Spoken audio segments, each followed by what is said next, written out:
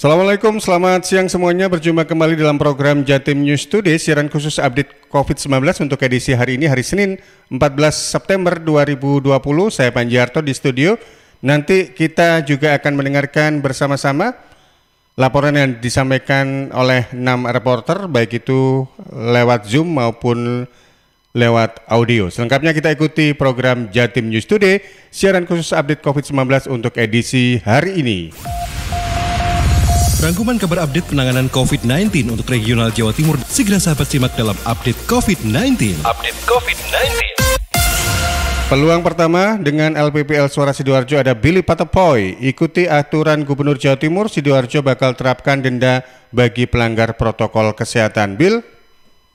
Baik Panji dan sahabat Jawa Timur, denda untuk pelanggar protokol kesehatan akan diberlakukan di Kabupaten Sidoarjo. Hal ini mengikuti Peraturan Gubernur Jawa Timur Nomor 53 Tahun 2020 tentang penerapan protokol kesehatan untuk pencegahan COVID-19. Dalam aturan yang diterapkan mulai 14 September, warga atau perorangan yang melanggar akan dikenai denda sebesar Rp250.000. Sementara bagi pelaku usaha dan variatif, dendanya bervariasi dari Rp500.000 sampai dengan Rp25 juta. Hal ini seperti disampaikan Kombes Pol Sumarji, Kapolresta Sidoarjo, saat ditemui di Pos Lantas Waru Sidoarjo dalam penerapan Inpres tahun 2020 nomor 6 pagi tadi bersama dengan Ahmad Zaini, PLH Bupati Sidoarjo. Seperti yang dilakukan selama ini, Sidoarjo kerap kali digelar penertiban protokol kesehatan. Warga yang melanggar juga sudah dijatuhi sanksi, salah satunya sanksi sosial, seperti menyapu pasar, membersihkan makam, sampai dengan berdoa tengah malam di pusat pemakaman korban COVID-19. Setiap kali razia selalu digelar secara serentak bersama dengan gabungan TNI Polri serta Satpol PP. Demikian, dalam memberikan sanksi atau denda, TNI Polri juga selalu membackup Satpol PP sebagai pihak yang berwenang untuk memberikan sanksi. Dalam kegiatan juga ada petugas gabungan TNI dan Satpol PP yang terlibat dalam penetapan, dan disampaikan juga warga dan petugas gabungan personil Satlantas Polresta Sidoarjo membagi-bagikan masker ke Taman Pinang, kemudian tadi juga di Simpang 3 Cemekalang, ada juga di Pos Lantas Waru dan juga di Simpang 5 Krian. Upaya ini untuk menghimbau masyarakat agar tetap tertib bermasker di sela kegiatan juga ada penertiban ya. Sejumlah warga yang ketahuan tidak pakai masker saat jalan atau di luar rumah akan langsung didenda sekitar Rp250.000. Terhitung ada sekitar 25 orang yang tadi ketahuan pelanggar protokol kesehatan. Mereka juga sempat dikenai sanksi menggunakan rompi warna oranye bertuliskan pelanggar protokol kesehatan. Demikian, Pak Haji, kembali ke studio. Baik, Billy, terima kasih. Bergeser menuju ke Pamekasan, ada Kolik Maulidi dari LPPL Realita FM Pamekasan. Menghadapi new normal, Lapas kelas 2A Kabupaten Pamekasan terapkan protokol kesehatan lebih ketat sebagai kebiasaan baru. Kolik? Baik, memasuki new normal, lembaga pemasyarakatan atau Lapas kelas 2A Kabupaten Pamekasan tertibkan protokol kesehatan lebih ketat lagi, baik bagi para pengunjung, para warga binaan lembaga pemasyarakatan, dan utamanya para aparatur Lapas sebagai bentuk upaya adaptasi pada kebiasaan baru setelah pandemi COVID-19. Kristianto sebagai manajer program rehabilitasi medis kelas 2A Kabupaten Pamekasan mengatakan, terkait dalam memasuki new normal, semua kegiatan rehabilitasi yang dilakukan oleh Lapas kelas 2A Pamekasan sudah menerapkan protokol kesehatan lebih ketat lagi, agar menjadi kebiasaan baru pada masa new normal saat ini. Kristianto menyampaikan, protokol kesehatan yang diterapkan tetap seperti biasanya, yakni wajib memakai masker, tetap menjaga jarak ketika ada kegiatan rehabilitasi, dan rajin mencuci tangan. Kristianto menambahkan, tidak ada program khusus baru yang dilakukan dalam menghadapi new normal ini. Namun dalam setiap program rutin diwajibkan mengikuti protokol kesehatan agar tidak melupakan kebiasaan baru dalam rangka memasuki new normal. Demikian Kolik Maulidi melaporkan untuk Jatim News Today. Beralih sekarang menuju ke Kabupaten Blitar, ada Risma Erina LPPL Persada FM. RSUD Srengat Kabupaten Blitar, rumah sakit baru yang siap terima pasien COVID-19. Risma?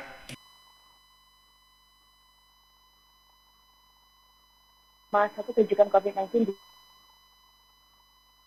di wilayah Jawa Timur dan baru saja diresmikan pada Sabtu kemarin oleh Gubernur Jawa Timur Khofifah Indar Parawansa, yakni Rumah Sakit Umum Daerah Srengat Kabupaten Blitar yang sedang COVID-19.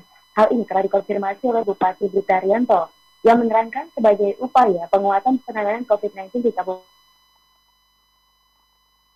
Blitar, pihaknya telah mengusahakan 3 mesin PCR yang akan diletakkan di lokasi yang berbeda. Di antaranya, mesin pertama ini sudah berada di RS Mardiwaluyo.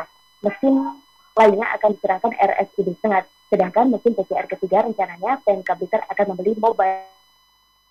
Menyebutkan fasilitas yang terdapat di RSUD Sengat, yakni adanya 120 tempat tidur, 1 lab PCR, dan dilengkapi juga dengan ruang isolasi khusus pasien terpapar COVID-19 yang memiliki 8 tempat tidur. Adapun biaya yang dikeluarkan dalam pembangunan RSUD Sengat ini sebesar 147 miliar rupiah. Untuk diketahui berdasarkan keterangan Pemprov Jatim, saat ini telah memiliki 54 lab PCR yang tersebar di seluruh Jawa Timur dan masih diusahakan ada penambahan lagi untuk mempercepat testing swab test secara merata. Demikian, saya Risma Erina, LPPL Radio Persahabatan Kabupaten Blitar, melaporkan untuk Jatim News Today.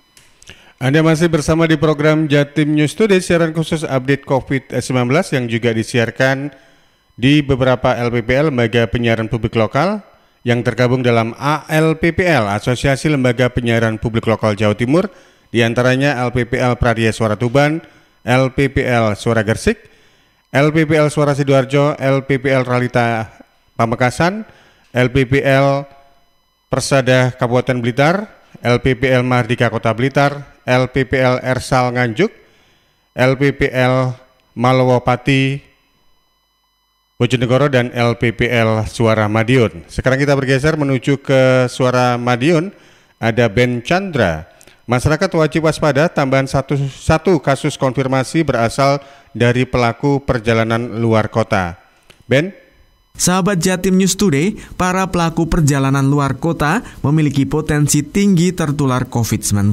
Tambahan satu kasus konfirmasi nomor 99 ini memiliki riwayat perjalanan ke Banyuwangi seminggu sekali. Kasus nomor 99 berinisial RAAP 28 tahun, berjenis kelamin laki-laki, warga Kelurahan Madiun Lor. RAAP sejatinya warga asli Banyuwangi yang bekerja di salah satu perusahaan di Kota Madiun. RAAP rutin pulang ke daerah asal setiap 1 minggu sekali. Kasus konfirmasi ini mengemuka saat RAAP menjalani rapid test untuk keperluan perjalanan. Karena menunjukkan hasil reaktif, perjalanan keluar kota yang bersangkutan pun batal. Setelah menjalani isolasi mandiri, rapid test kembali dilaksanakan dengan hasil reaktif pula. RAAP lantas melakukan swab mandiri di salah satu laboratorium swasta dengan hasil terkonfirmasi positif COVID-19.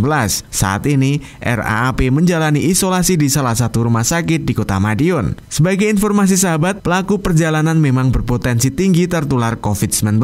Apalagi daerah yang dituju memiliki kasus konfirmasi cukup tinggi. Penularan bisa terjadi saat berada di daerah tersebut maupun saat perjalanan. Bahkan penularan juga bisa terjadi di Kota Madiun. Karenanya, kewaspadaan harus terus ditingkatkan dimanapun kita berada. Saat ini, kasus konfirmasi di Kota Madiun mencapai 99 orang. 79 diantaranya telah sembuh, 14 orang masih dalam perawatan, 3 orang isolasi mandiri di rumah, dan 3 orang meninggal dunia. Saya Ben Chandra, Radio Suara Madiun untuk Jatim News Today.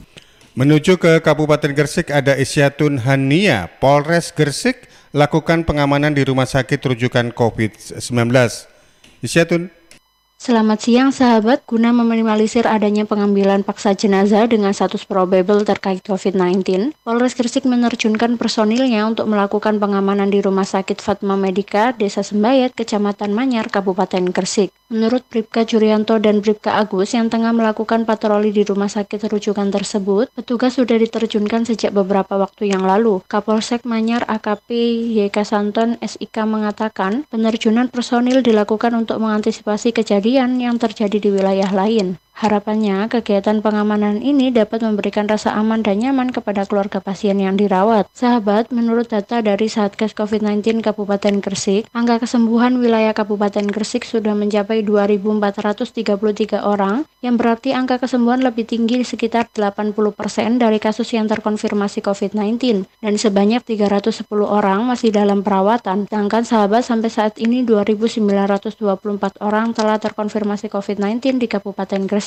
Saya Sultanania dari Suara Gersik melaporkan untuk Jatim News Today. Menuju ke Kabupaten Bojonegoro ada Iwan Siswoyo dari LPPL Malowopati. Kejuaraan pencaksilat virtual Turnamen Open 2020 se-Nusantara jadi solusi di masa pandemi COVID-19. Iwan. Sahabat, walaupun digelar secara virtual, kejuaraan pencaksilat Turnamen Open 2020 se-Nusantara cukup menarik. Diinisiasi Dinas Kebudayaan dan Olahraga atau Dinpora Bojonegoro yang dipusatkan di Gedung Pusat Informasi Publik atau PIP Pemka Bojonegoro, kegiatan ini dimulai sejak 31 Agustus 2020 lalu dan saat ini memasuki final dan terdapat 24 peserta pencaksilat dari berbagai daerah. Ketua pertandingan M. Rohmat menuturkan, sejak dibukanya kejuaraan pencaksilat secara virtual ini, jumlah peserta yang ikut ada 137 peserta dari 4 kategori. Di antaranya yakni kategori pra-remaja putra yang diikuti 30 peserta, kategori pra-remaja putri diikuti 39 peserta, dan kategori remaja putra diikuti 33 peserta, serta kategori remaja putri 35 peserta. Sementara itu, Kabid Olahraga Dinpora Bojonegoro Saifuddin bilang, kejuaraan pencaksilat virtual Turnamen Open 2020 se-Nusantara ini menjadi inovasi bagi seluruh atlet untuk mengukir prestasi saat masa pandemi COVID-19. Demikian Iwan Siswoyo, LPPL Malowopati FM Bojonegoro, untuk Jatim News Today.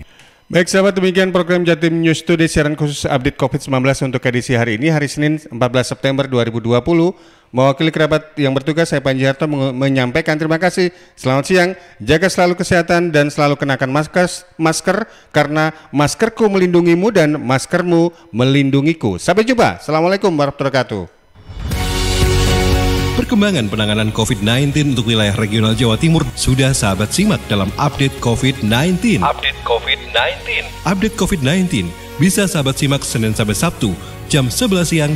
Persembahan dari Asosiasi Lembaga Penyiaran Publik Lokal Jawa Timur.